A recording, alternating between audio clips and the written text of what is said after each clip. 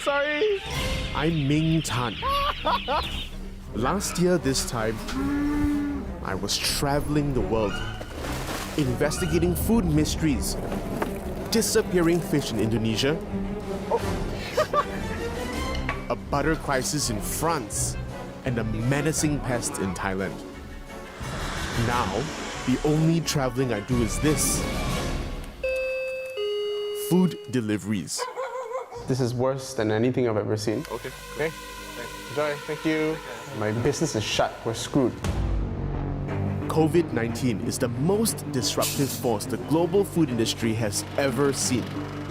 The whole supply chain is disrupted. In the US, quite a number of the factories had to close because of COVID. So it's a major 30% drop.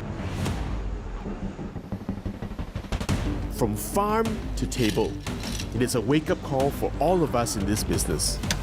Intensive farms are potential breeding grounds for pathogens. It's like a meteor that came along.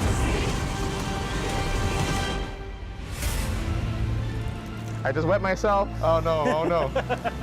In this series, I investigate how the pandemic is a wake-up call Wait, and what must change. I've gathered up chefs from all around the world. The restaurant industry is destroyed. We have to do something, we have to survive also as a restaurant. The pandemic has forced us to reevaluate how food gets to our table. Together, we're on a mission to find out Open the lips of the mussels. that was a bit rude, LG. how we can turn things for the better.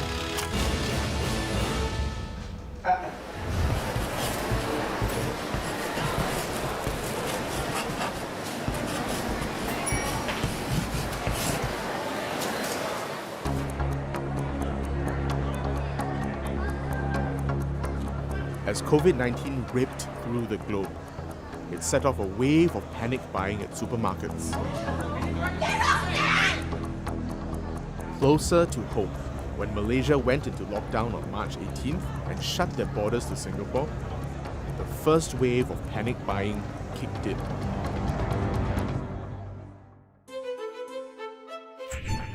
It would happen twice more. Once, on April 3rd, when the circuit breaker was announced, and again 4 weeks later when it was extended. By the end of May, supermarket sales were 56% higher than the previous year.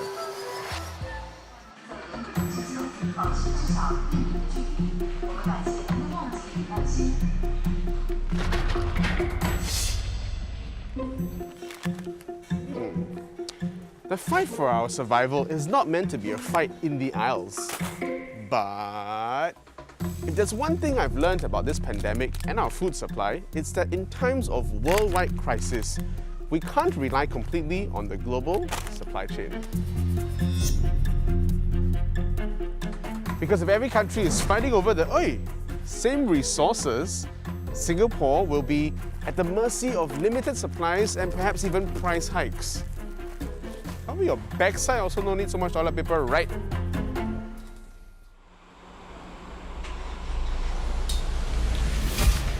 If you don't know by now, I'm a chef. My staff and I handle up to 120 kilograms of food every day. They come largely from Malaysia, Indonesia, Australia, and even as far away as Holland. A couple of weeks after the circuit breaker kicked in, I experienced supply disruptions worse than anything I had seen in my 11 years as a chef. I couldn't get hold of this, a juicy, flavorful cut of beef called the hanging tender. It goes into my grilled beef tacos, one of the most popular dishes on my menu. So I had to stop serving this dish for a while.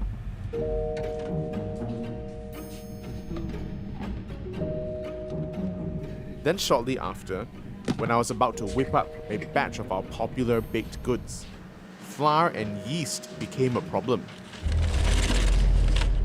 So with these supply disruptions that I'm facing, I don't know if my next batch of flour is very far away. So I've got to turn my attention to where our food comes from. maybe it's time we relooked at our reliance on imported food. Few countries in the world can produce all the food they need. Most specialize in a few different types of crops and trade it for other crops in the global food supply chain. This makes countries highly interdependent on each other for food, which means a disruption in one country could affect many other countries elsewhere. Restaurants here get their produce from all around the world, so I certainly wasn't alone in my supply disruption woes. Sheng Yu runs Meat Co., and as a meat supplier, he had the unenviable task of sorting out these disruptions. At the beginning of the pandemic, it was certainly difficult to get stocks into Singapore fast enough. It was a bit of a frantic situation because of the lack of flights. How much as a percentage of your stock was affected?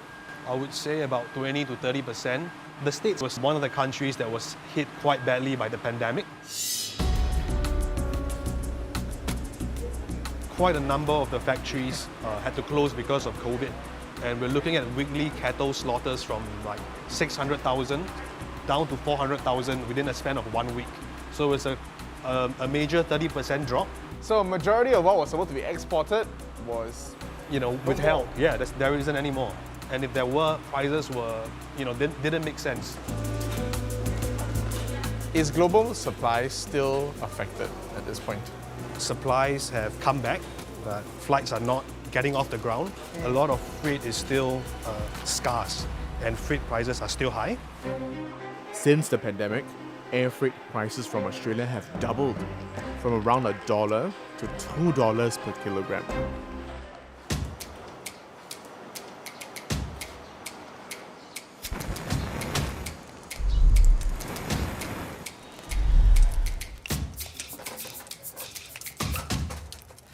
Right, so we got a bunch of meat cuts here, and the one in particular that I want to talk about is this, the hanging tender from Australia. Now this cut in particular caused us lots of headache during the lockdown period. I couldn't get this from Sheng Yu. Now what happened there, Sheng Yu? So this product is actually found on the last rib of the cattle. By nature of the cut, it is a super rare piece of meat. In the early stages of the pandemic, Australia was sold out on meat for like a good 3 weeks. And not forgetting as well, the country came out from one of the worst droughts, which means they didn't have good cattle numbers in the fields going into production. And when the pandemic hit, whatever was in the warehouse quickly vanished into the domestic market. Right, so I think my first piece of hanging tender is about done. Shall I cut that piece open? Let's do it. Okay. Oh, that looks beautiful. It really shows off the beauty of this cut, this hanging tender.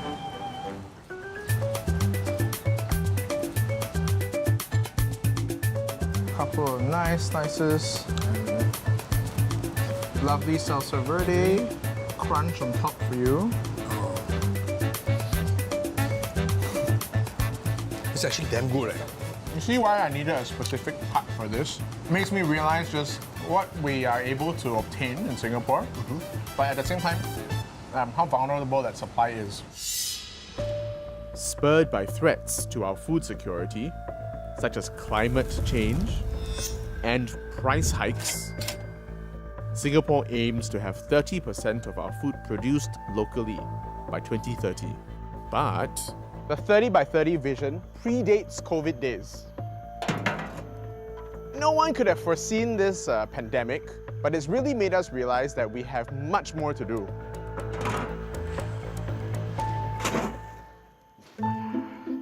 which is why I'm meeting Professor Paul Ting. Now, he used to grow a lot of his own food in the kampong days, Hi, Prof. though now it's limited to mostly herbs and spices. We used to grow a lot of what we call indigenous local vegetables. Indigenous local vegetables. Things like the four-angle bean is one of them. The wing The bean, wing bean, yeah. exactly, yeah, which is so nutritious. Were you self-sufficient with the things you grew? For vegetables, almost self-sufficient, yes. One last one. As a food security expert, Paul has urged that we need to ramp up our local food production. He thinks that we are not going far enough with our 30 by 30 vision.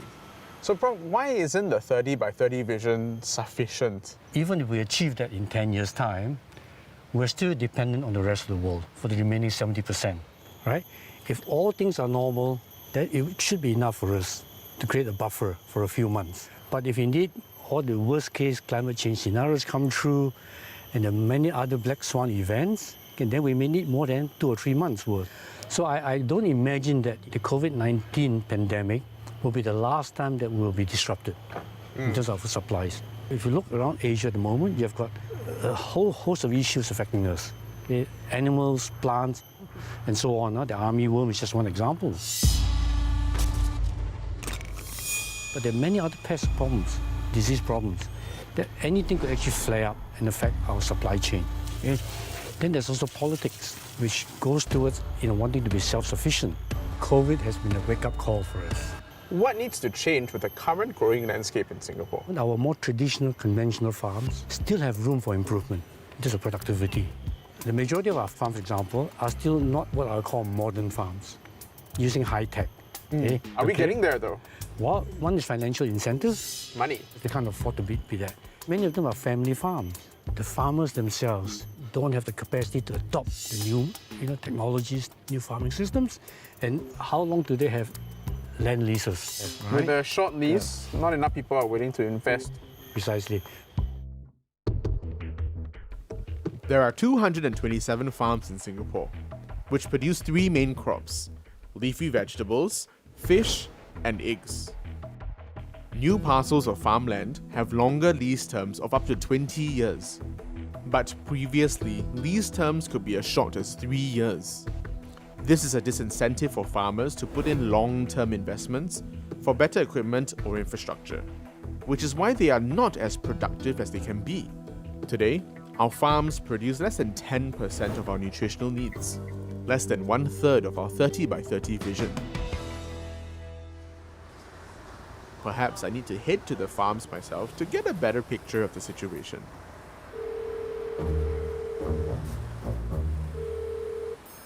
My name is Ming, and I'm. Can I come and work in your farm? Are you sure? It's very hard work, hot and sweaty. I'm fine with that. But boy, was I not prepared for this. Give it more power. Hold it down, you need to hold it down.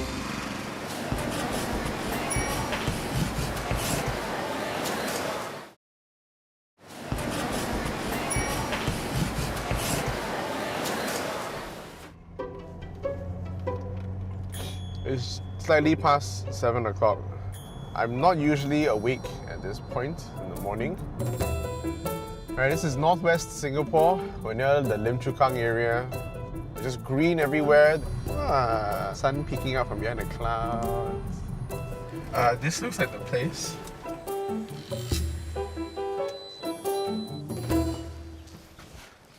Hi, Zach. Hey, you're late. Come on, let's go. Hey, I'm sorry. Okay, what are we up to today? We'll go up for soy tilling first. Zach Tan works on a farm started by his father in 1991. It's a 12-hectare vegetable farm that's roughly the size of 16 soccer fields. Farm 85 is one of the largest producers of Asian leafy vegetables in Singapore. We grow up to 14 types of local vegetables. Why choose these 14? These 14 are what local Singaporeans eat most. So let's say for spinach, we have spinach soup. And for Cai Xing, we can see them in zi cha stores. Alright Ming, are you ready for your first task of the day? What am I looking at? Okay, so this is a soy tiller machine. After harvesting, right, the soil will be compacted. Right. Okay. So we need to till the soil in order to let air go in to provide better aeration. Okay, so you trust me to use this machine? Sure, why not? So first thing, you need to pull this. Got to do it fast. Yeah. This is NS outfield generator style.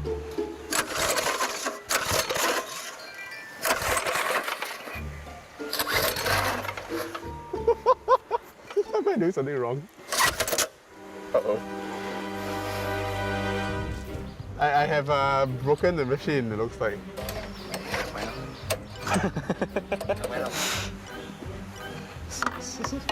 sorry, Zach. No, it's okay.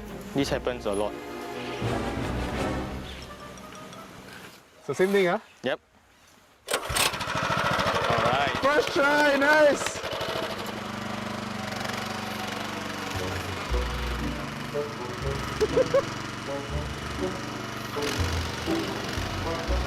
Give it more power. Hold it down, you need to hold it down.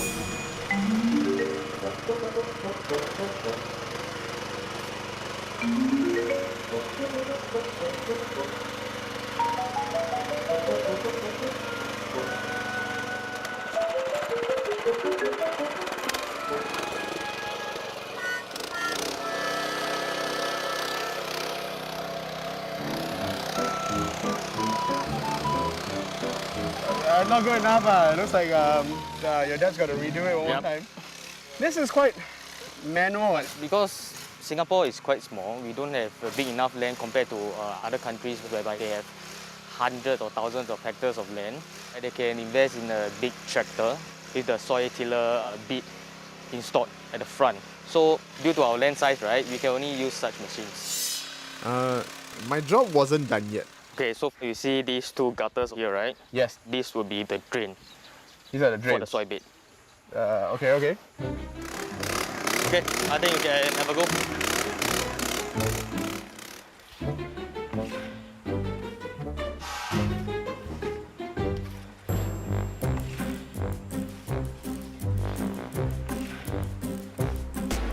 Shag his ass. These are mussels I don't normally use. This is really manual work. And I can't help but think that this is the reason why industrialization happened. Is there a way to make this more efficient and automate some of this manual work? Food for thought. Lunch break! I desperately needed a break. Thankfully, Zach was kind enough to let me do something less strenuous. So you try to hold them by the center, push them in. Okay, Zach, you're young. You're a Singaporean, and you're working on the farm. Since I was young, maybe around primary school, I've been coming up to the farm to help out on minor chores. So after my army, I decided to come over and help out with my dad because he definitely needs more manpower to take after the farm. He's not getting any younger also, right? Yes. Not a lot of Singaporeans want to come to a farm and work, you know. It's hard work, it's all day under the sun, rain, and you have to be here, rain or shine, every day. Not a lot of Singaporeans want to come here and work. Yeah, not one. Zach is an anomaly in this industry. He's only 26 and he's Singaporean. Most farm labourers are foreign workers. I don't think I've done this much manual labour since my NS days. At the end of the workday, I meet Tan Kun Hua, Zach's father. I want to know, is there really no easier way to become more productive? 怎样用你现在有的这个耕地来提高你的 total production？ 最多只能够让它比较稳定生产，就好像我们所见的大棚，因为它不会受太大的天气的影响。如果想要去提高这个生产量，有什么办法？我相信还是需要面积。需要面积。对，你没有面积，你就很难提高这产量。 But there is another reason why Mr. Tan is not doing much to look for new farming methods. His lease expires next year, and he doesn't know if it will be renewed. It goes back to the issue of land that Professor Ting raised. Currently, just 1% of our land in Singapore is used for agriculture. This seems disproportionate, given that farming only made up 0.03% of our GDP in 2019. In recent years, new parcels have been released for farming. But the plot sizes are smaller. They range from 0.6 to 2 hectares.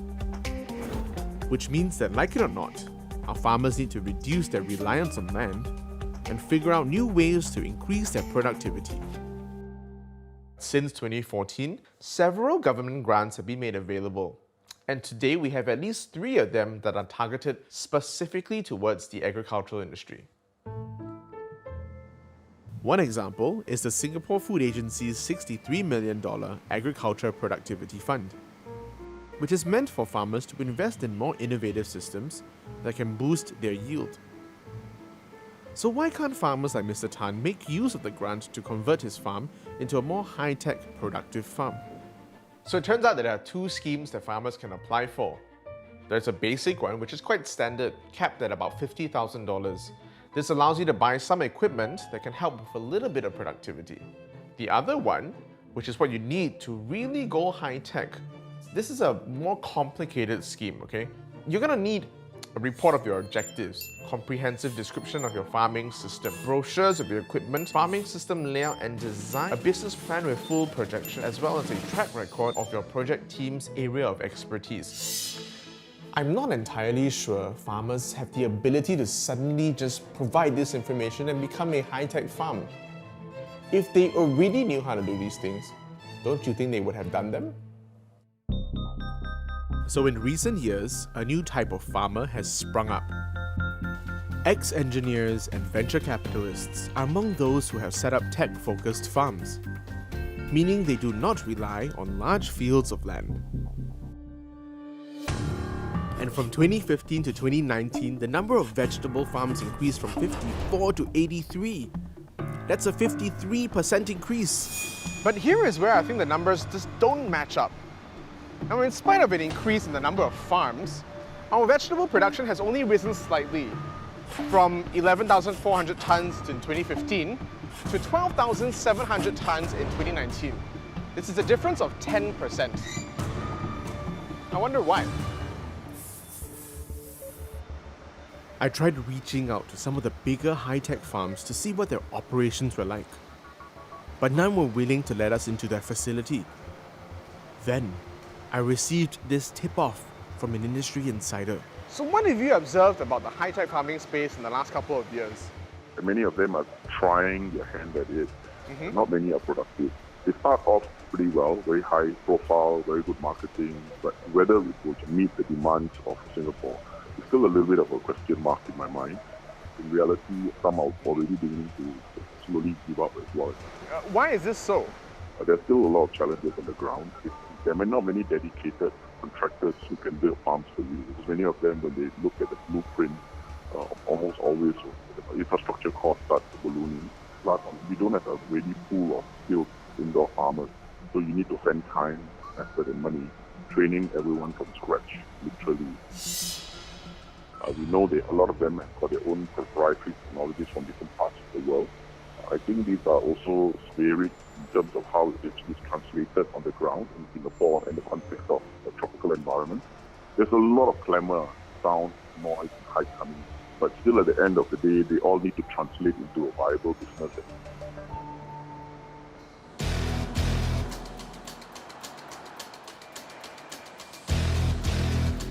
Is the outlook for our high-tech farms really that bleak? I reached out to the Singapore Food Agency for an answer.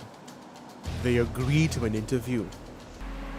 So we've been talking a lot about high-tech farms. We've heard of farms that use these new technologies and they weren't very financially successful. And why continue to still invest in it? High-tech farming is a really nascent technology and sector. And as with any other new industry, it would take time for commercial models to sort of become viable. There's almost a 5-year period where they have to do construction and fine-tuning their operations. So while you do not see that corresponding amount of production, I assure you will see more production in years to come. Some that wound down earlier than expected were also grant recipients. Can I have SFA's thoughts on that? There are inherent risks involved because technology doesn't come cheap. Some of them do not make it. Sometimes it's not because the technologies don't work. It could be that partnerships fall through, but cases that are successful outweigh those who actually exit the industry. Comcrop was one of the first to attempt rooftop farming in Singapore. And in 8 years, it has become one of the success stories of the local high-tech farming industry. Our long-term goal is to be able to build sites like this in every neighbourhood of Singapore, so we're employing people from that neighbourhood and then distributing food to the community. I'd like to show you inside to see what we do. Okay, so welcome inside the greenhouse. All right, so tell me, what are we growing here? So we've only got 3 crops in this greenhouse: basil, lettuce and chisim at the moment. So this is the nursery area. Baby plants. So this one's lettuce. And the density is great. Yeah, so there's over 500 plants in there. Isn't that great? Peter is confident of growing up to 200 tons of crops per hectare per year. That's about 1/3 more productive than traditional soil-based farms like Farm 85. Now, what is the method these plants are grown in? So we're using what's called hydroponic technology. And what happens is the water gets pumped through a little sensor over here. It's checking to know what the water pH is, what the nutrient levels are, to get the best growth pattern out of them. And without having to monitor it manually.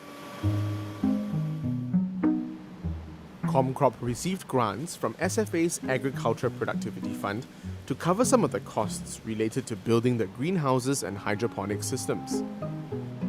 But Peter is cautious about going the whole hog. He would prefer to think of this as a hybrid farm. Unlike high-tech indoor farms that use artificial lights and air conditioning, Comcrop uses natural sunlight to grow their crops, and the greenhouse is designed for constant airflow. I gotta admit, this is quite unfarm-like. There's no mud, there's no like heavy lifting of soil. And this doesn't seem to be that manual in terms of work. So people sort of picture in high-tech farms as, big warehouses with these huge big racks of shelves and plants going through to the ceiling. But they're expensive to build because you've got a lot of infrastructure, which means a lot of money on electricity, robotics, lighting and climate control to be able to grow plants in that type of environment. Given the struggles of high-tech farming, isn't it easier to just leave farming to like the traditional soil-grown guys? And I think what's happened is that these two worlds have operated in isolation.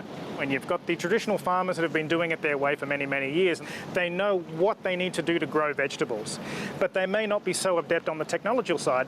Then you've got the tech guys who have all their AI and their robots. Well, the problem is that the new guys don't have the growing experience, and I think that's why they're falling down on the volume side.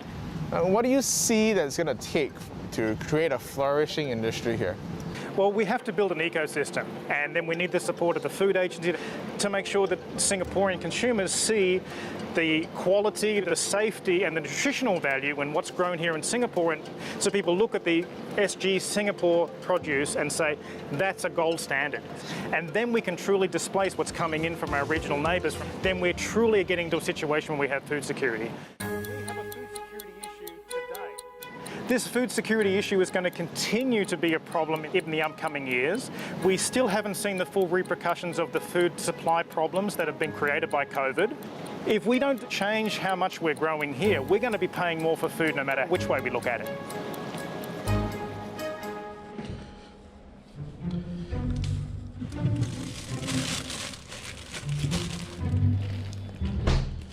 Hydroponics looks like the way to go in land-scarce Singapore. But when I wrote to Singapore's largest supermarket chain, it turns out that at NTUC fair price, the demand for vegetables from soil-based farms is higher than high-tech farms. And as a chef, I'm wondering if it has anything to do with the taste.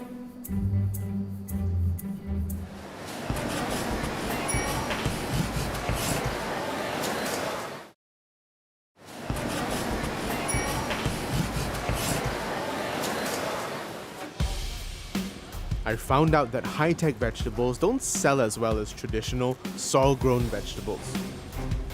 Could it have something to do with a difference in taste? I'm going to ask a bunch of consumers. Can they actually tell the difference in taste between the two types of vegetables? I've reached out to my good friend Paul Liu of King Ing Ki Zi Cha restaurant. He's agreed to let me do a taste test with his customers. Okay, Sean Ming, these are all the vegetables. Thank you very I'll much. leave the wok to you and I will walk out of here. So I've got two types of vegetables here and I got my station all set up. Thank you, Paul. This is xiao bai cai. This is grown in a high-tech method. And this is soil-grown xiao bai cai. So first things first, wok on.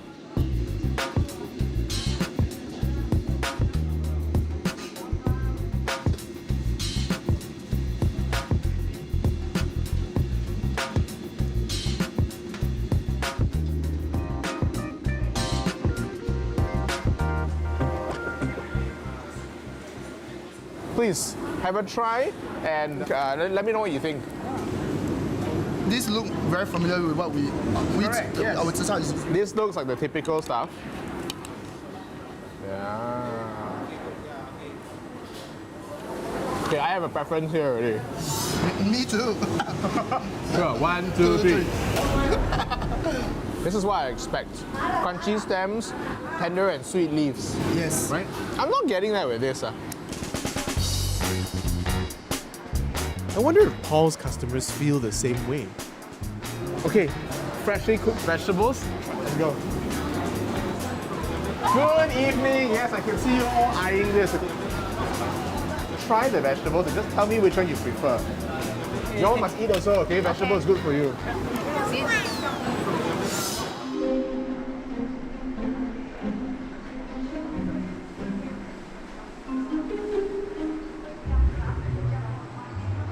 Right, so what do you think? A and B? Which one would you choose? 3, 2, 1, go. A. Ah, okay. A or B? A. Tete, which one do you prefer? Why do you prefer this one? More crunchy. This over that? Yeah, correct. Which one do you prefer? Oh, you prefer this one? Yeah. Ah. I gotta admit, as a chef, I was gonna say it was gonna be like 70-30 bias towards soil-grown vegetables. And now it seems like there is an acceptance across the board. So if the results are evenly split in a blind taste test, why is it that at supermarkets, people still prefer to buy soil-grown vegetables? I put the question to the followers on my Instagram account.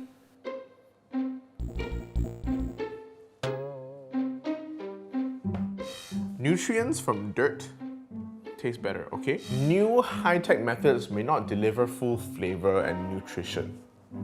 Nutrients and a certain sweetness from vegetables grown in soil, okay? So some people think that soil-grown vegetables are more nutritious, but are they really?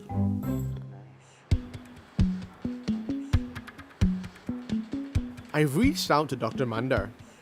As a plant scientist, he specializes in the study of Asian leafy vegetables. So have you always been a veggie guy? Last week, I sent in some samples of soil-grown and hydroponically grown vegetables to a lab to test for their nutritional contents. I've just received the results. Right, so in summary, what do the results tell us about the vegetables that we sent in? If you look at it, they're very similar. They're very similar. Your moisture content is almost the same. Protein content is quite the same as well. Why then do people have this bias towards soil-grown vegetables? Well, there was a starking difference between the hydroponics grown leafy vegetables and soil grown 5 years ago, or even 3 years ago, in terms of the nutritional density. Now, the gap is bridged. We are looking at very improved hydroponics techniques coming in and having the similar nutritional density which we get in the soil-based farming as well. Let's take a look at that lab. And for the past decade, scientists like Dr. Mandar have been trying to supercharge hydroponic produce even further. Wow, look at these. Dr. Mandar, tell me, I'm a plant, right? And I'm sitting in these little racks. What is the water inside that's bubbling around and the lights doing to make me more nutritious? What we do here is basically customize them based on what kind of properties you need in the plants. We want higher secondary metabolites, we want high vitamins, we want high minerals, right? This tank has the macronutrients, the micronutrients, and certain enzymes which actually bring in the boost in the nutritional value for the leafy vegetables. Not only that, you're looking at lights. If I was to switch off this button here, we are actually playing with the different intensities. So you would actually see a difference in terms of the taste. Try this leaf. Bon appetit.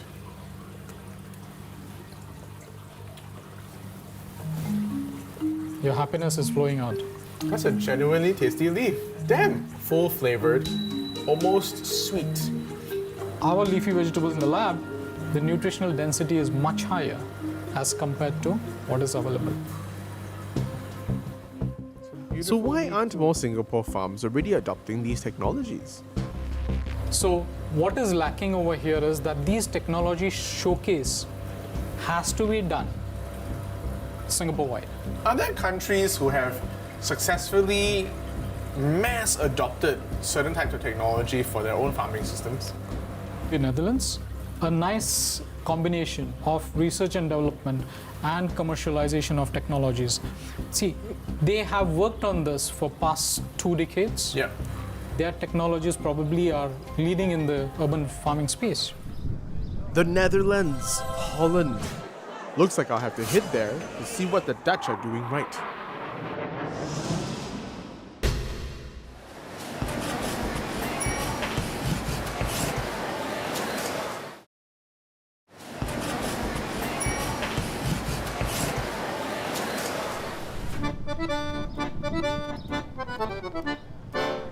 Like Singapore, Holland is a small, densely populated country.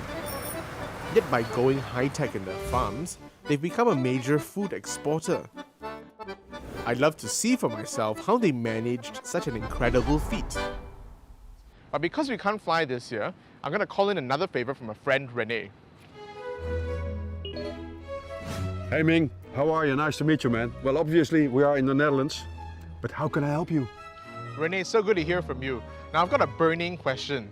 The Dutch farming industry went from traditional methods to high-tech methods, and I really want to know how that happened.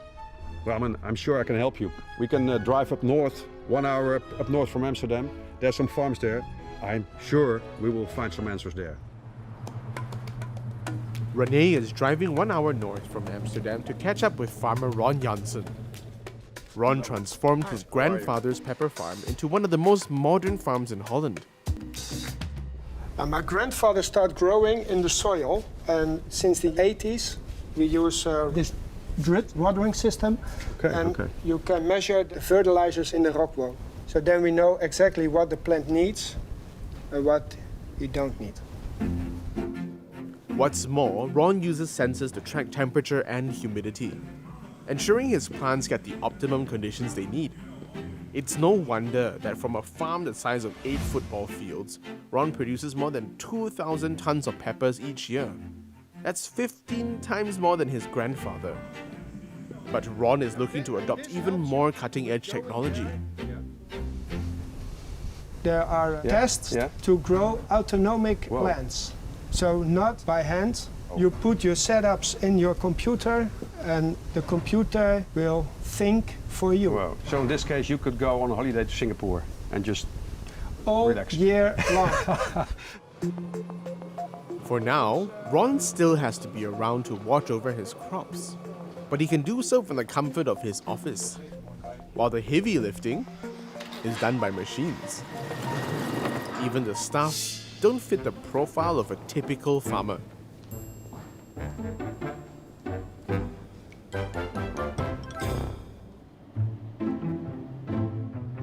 Universities like Wageningen have a huge part to play in the agri-tech ecosystem in the Netherlands. Professor Sjaak Bakker is a leading researcher here. So Sjaak, why did the Dutch transform from traditional farming to... We suffered a lot in the war from hunger, and then the basic idea was that is not going to happen anymore. So from that moment on there was a lot of technology to develop new modern production systems and increase productivity. This cooperation, tech, government, farmers, how does it work? It's one of the missions in the university is in setting up research and demonstration center to show the possibilities of technology. You share knowledge. Transfer the knowledge from the research to the growers. To facilitate this, a central organization groups farmers according to the types of crops they grow, where they collectively present their problems to researchers and government agencies and brainstorm solutions together. Farmers cannot survive on their own. They need a certain scale in doing research and in doing innovation. I strongly believe that this is why the ecosystem in the Netherlands has come this far and is such a successful sector. In 2019, Dutch agricultural exports were worth 95 billion euros, which is why there are more than 20 agricultural universities that prime people for the industry. The Dutch example shows that if Singapore wants to ramp up our food production, we will need to attract the best brains and fresh blood to come up with better farming solutions. Please remember, fermentation is just like composting. It's an ongoing process. Back in Singapore, I'm sitting in on a rather unusual class on urban farming. It's part of a curriculum here at Jurong Secondary School to spark interest in the sector. But what do these students think of farming as a career?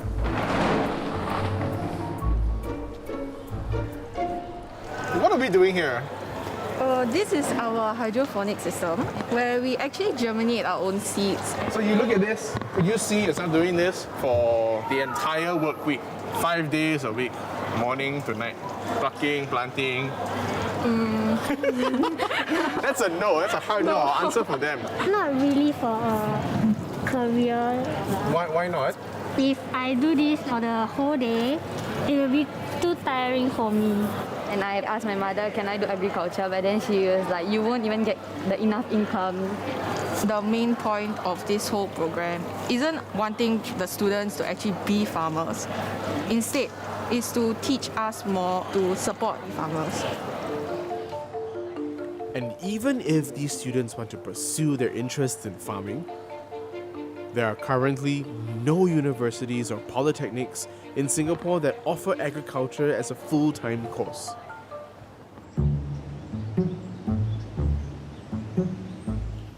That is why when it comes to urban farming, Bjorn Low is such an outlier in Singapore.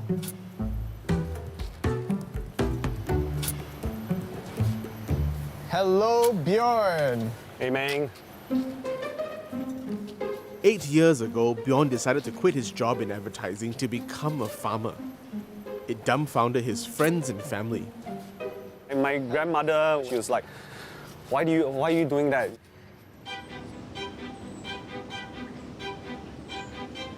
He went on to found Edible Garden City, and today has a team of 40 people with an average age of 25 years old. In fact, I am probably one of the oldest here. What's the general perception towards farming and agriculture? It's hard, laborious, it's dirty, it's low paying. Some of the interns that have joined us could not continue because their parents feel that you've gone through university, you should be working for a corporation, earning a lot higher pay than doing a low-end farming job. How important is it for us to change this perception? That this is a national security issue. And so urban farmers or agriculturalists coming up should be seen as an important part of the economy for the future. So how will having more young people see this as a career help to support the entire industry? We really need new ideas in this space and to encourage young people to really experiment in this space and then drive other initiatives in the local agriculture industry. Starting to rain. Okay, we're gonna hit it somewhere else. So what can we do as consumers to help this industry grow? Buy local food. Sometimes the price points maybe a 5%, 2% higher than things that are produced in Malaysia or Indonesia or Thailand. And consumers are not willing to fork out that additional 20 cents. So Singaporeans has to step up if they want food security for the future. I have to admit, as a chef, maybe only about 15% of the ingredients I use are locally sourced. I want to change that. One person who's made that change is LG Han of restaurant Labyrinth. He makes it a point to source 80% of his produce from local farms. Right, so the mussels here, this is one of the first produce that I tasted that opened my mind up to local produce. It grows naturally on the Kelong. This is a wild mussel. It was juicy and sweet, and the qualities was on par with mussels from overseas. Spoon the sauce down into the mussel shells. that looks like a little garden. Textures, colors there. So these herbs are all grown by the lovely farmers at Edible Garden City. Blue pea flowers. I want you to try this one. Huh? Eat a blue pea flower? Yes. So go. This is a part that actually is very, very underrated and underutilized. The nectar. You see a gentle sweetness, the slight floral notes that come through. Yeah.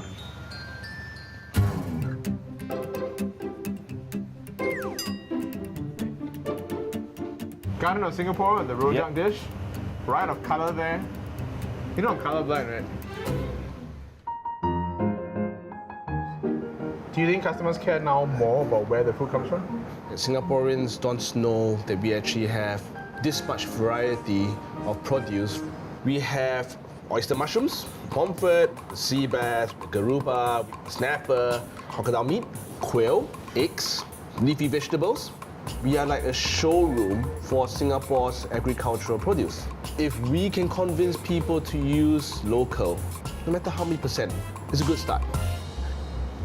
Are you trying to say that there is a part to play for restaurants to lead the charge and get people to buy more local produce? For myself, my hope for the future is really such that we will see consumption of local produce as a norm.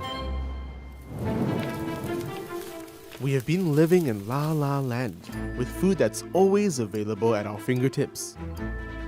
But the pandemic has given us a collective wake-up call. Our farmers, researchers, and government agencies need to work together to find new ways to grow our food and make us more self-reliant. And we as consumers should do our part by buying local produce. Because if we don't, our abundance of food could be a thing of the past.